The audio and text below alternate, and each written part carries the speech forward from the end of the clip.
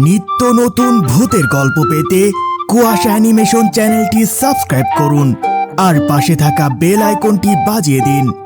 কুয়াশা অ্যানিমেশন, ভৌতিক গল্প।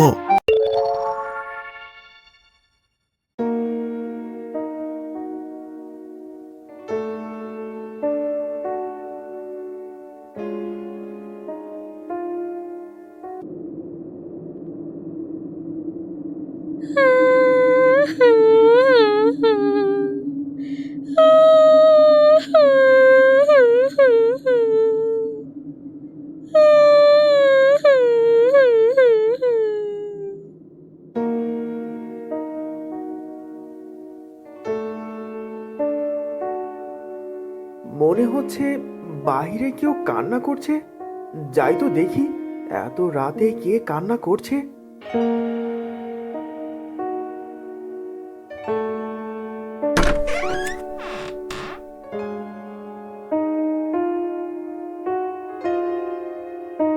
আমি হিরো।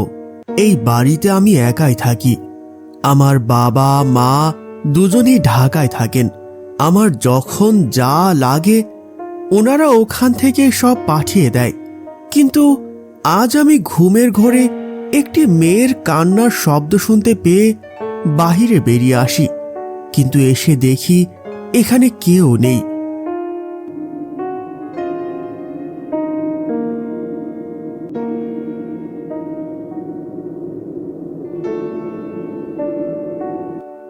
আমি অবাক হয়ে গেলাম আর মনে মনে বলতে লাগলাম, কি ব্যাপার, এখানে তো কাউকে দেখতে পাচ্ছি না। কিন্তু আমি যে এই মাত্র একটি মেয়ের কান্নার শব্দ শুনতে পেলাম। ধুর, ঘুমের ঘোরে কি না কি শুনেছি। যাই, ঘুমিয়ে যাই, একটু পরে আবার সকাল হয়ে যাবে।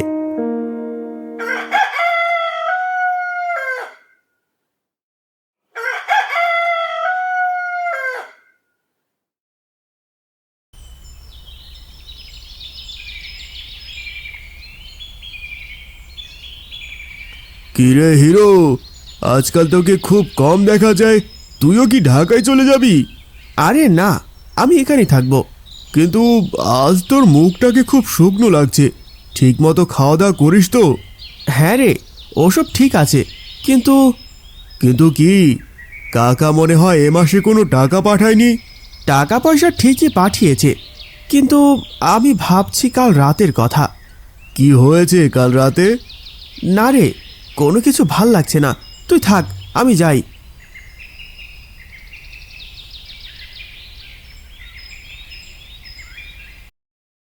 হ্যালো বাবা, তোমরা কেমন আছো?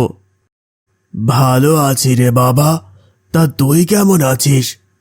এই তো বাবা, ভালো আছি। তা তোমরা কবে আসবে? কত দিন হলো বাড়িতে আসো না। এই তো সামনের মাসেই তোর মাকে নিয়ে একেবারে বাড়িতে চলে আসব। তা তোর লেখাপড়া কেমন চলছে? হ্যাঁ বাবা, ভালোই চলছে। আচ্ছা বাবা, এখন রাখি। আমি ফোনটা রাখা মাত্রই আবারও শুনতে পেলাম সেই কান্নার শব্দ।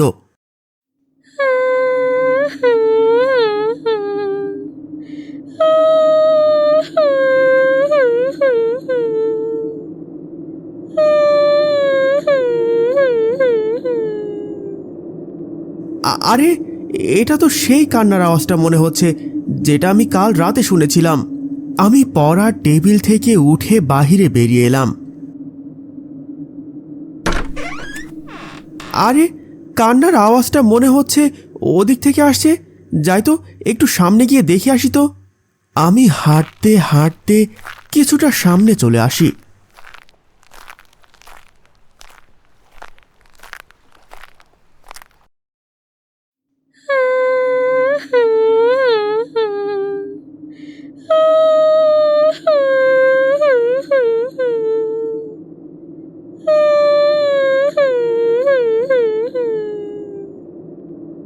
কে কে ওখানে? কে ওখানে গাছের নিচে দাঁড়িয়ে কান্না করছো? মেয়েটি আমার কথার কোনো জবাব দিল না। তাই আমি আর একটু সামনে এগিয়ে গিয়ে বললাম, কি ব্যাপার, কিছু বলছো না কেন? কে তুমি? আর এত রাতে এখানে দাঁড়িয়ে কান্না করছো কেন? এবার মেয়েটি আমার দিকে ঘুরে দাঁড়াতেই আমি মেয়েটিকে দেখে চমকে গেলাম। আমি দেখলাম মেয়েটির চোখ দিয়ে গড়িয়ে পড়ছে রক্ত। মুখের দাঁতগুলো খুবই লম্বা, কিন্তু কিন্তু মেয়েটিকে দেখে মনে হচ্ছে মেয়েটি প্রেগনেন্ট। কেমন জানি চেনা চেনা লাগছে, মনে হয় কোথাও একটা দেখেছি। কি চিনতে পারছিস না? আমি হিমু। মনে পড়ে তখনকার সময়ের কথা? তুই আমার সাথে কি করেছিলি আমাকে বিয়ের কথা বলে? তুই আমার সাথে প্রেমের অভিনয় করে আমার সর্বনাশ করেছিলি। মনে পড়ে? মনে পড়ে তোর? বিয়ে করার কথা বলে তুই আমার সাথে যা যা করেছিস তারই ফল এটা। কি কি কি কিন্তু কিন্তু কিন্তু তুমি তো মারা গিয়েছিলে, এখানে কিভাবে এলে? তাছাড়া আমি তো তোমাকে অস্বীকার করিনি। আমি বলেছিলাম তোমাকে আমার বাবা মা ঢাকা থেকে বাড়িতে এলেই তাদেরকে বুঝিয়ে সুঝিয়ে তোমাকে বউ করে বাড়ি নিয়ে যাব, কিন্তু কিন্তু তুমি তো আমার কোনো কথাই শুনলে না। আহ, ওসব কথা বলে এখন আর লাভ কি? এখন তোকে আমার সাথে যেতেই হবে। কেন? আমি যেখানে থাকি। আমি তার এসব কথা শুনে কি করব ঠিক বুঝতে পারছিলাম না, তাই কোনো চিন্তা ভাবনা ছাড়াই আমি দৌড়ে পালাই।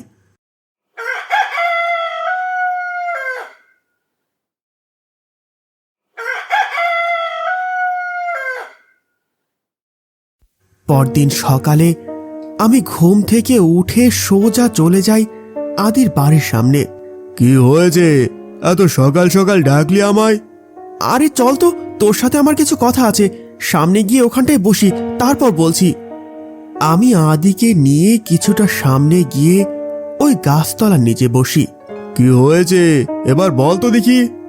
আমি আদিকে একে একে সব ঘটনা খুলে বলি। এখন আমি কি করব তুমিই বলো। কেন, কি হয়েছে? তোমার কি মনে নেই সেই দিনের কথা, যেদিন আমরা বেড়াতে গিয়েছিলাম? হ্যাঁ আছে তো। অমন একটা দিন কি করে ভোলা যায় বলো তো? তুমি কি ভুলতে পারবে? না, পারছি না বলেই তো আজ আমার এই অবস্থা। কেন, কি হয়েছে? কেউ কি দেখে ফেলেছিল সেদিন, নাকি তোমার আমার সম্পর্কের কথা গ্রামের সবাই জেনে গেছে? আরে ওসব কিছুই হয়নি, তাছাড়া আর হওয়ার বেশি দিন বাকি নেই। মানে তুমি কি বলতে চাচ্ছ? একটু ক্লিয়ার করে বলো তো শুনি। আমাকে এখন বিয়ে করতে হবে, আমি মা হতে চলেছি। মানে কি বলছো এসব? হ্যাঁ, আমি ঠিকই বলছি। সেদিন তোমাকে আমি কত করে বললাম বিয়ের আগে এসব করো না, সমস্যা হতে পারে। তুমি আমার কোনো কথাই শুনলে না, এবার বোঝো। হিমুর এ কথা শোনার পর আমার মাথায় যেন আকাশ ভেঙে পড়ল। আমি কি করব বুঝতে পারছিলাম না, কারণ এমন অবস্থায় কোনো দিন আমার বাবা মা মেনে নেবে না। আমি হিমুকে এখন কি বলবো? কি ব্যাপার, আমার চুপ হয়ে রইলে কেন? কিছু বলো। না মানে এখন যে কি করি সেটাই ভাবছি। সামনে এসএসসি পরীক্ষা, এমন সময় বিয়ে, বাবা মা কিছুতেই রাজি হবে না। তাছাড়া একটা ভুলের কারণে এত বড় একটা ঘটনা ঘটে যাবে আমি ভাবতেই পারিনি। তখন তো খুব বলেছিলে কিচ্ছু হবে না, আমার কোনো কথাই শোনোনি তুমি। তুমি এখন কি বলছো? এখন এসব অন্য কথা বলছো কেন? দেখো, আমার কথা বুঝতে চেষ্টা করো। সামনে আমারও পরীক্ষা, তোমারও পরীক্ষা, তাই বলছি আগে পরীক্ষাটা শেষ হোক, তারপর না হয়। এতদিনে কি আমি পেটে বাবু নিয়ে ঘুরবো? গ্রামের লোকজনের সামনে আমি মুখ দেখাবো কি করে? বাড়িতেই বা কি বলবো আমি? আরে কোথায় যাচ্ছ? আমার কথাটা শোনো আগে, আমি তো অস্বীকার করছি না। হিমু আমার আর কোনো কথাই শুনল না। সে কেঁদে কেঁদে বাড়ি চলে গেল। তারপর তার সাথে অনেক দেখা করার বা যোগাযোগ করার অনেক চেষ্টা করেছি, কিন্তু পারিনি। কিছুদিন পর শুনতে পাই সে নাকি আত্মহত্যা করেছে। কি বলছিস? তার মানে ওই পাশের গ্রামের মেয়ে হিমুর কথা বলছিস? হ্যাঁ, আমি ওই পাশের গ্রামের মেয়ে হিমুর কথাই বলছি। এত ঘটনা ঘটে গেছে আর তুই আমাকে কিছুই বলিসনি? না, বলিনি, কিন্তু এখন প্রতি রাতে ও আমার কাছে আসে, আমাকে নিয়ে যেতে চায়। কাল রাতেও আমার কাছে এসেছিল আমাকে নিয়ে যেতে। কোনো রকম দৌড়ে পালিয়ে এসেছি। এখন আমি কি করব? তুই এক কাজ কর, তুই এখানে আর থাকিস না, তুই ঢাকাতে চলে যা তোর বাবা মায়ের কাছে, আর ওখানে গিয়েই থাকতে থাক। এই গ্রামে তোর আর থাকার দরকার নেই। তারপর আদির কথা মতো আমি ঢাকায় চলে আসি আর ওখানেই থাকতে থাকি। আর কোনো দিন আমার গ্রামে যাওয়া হয়নি।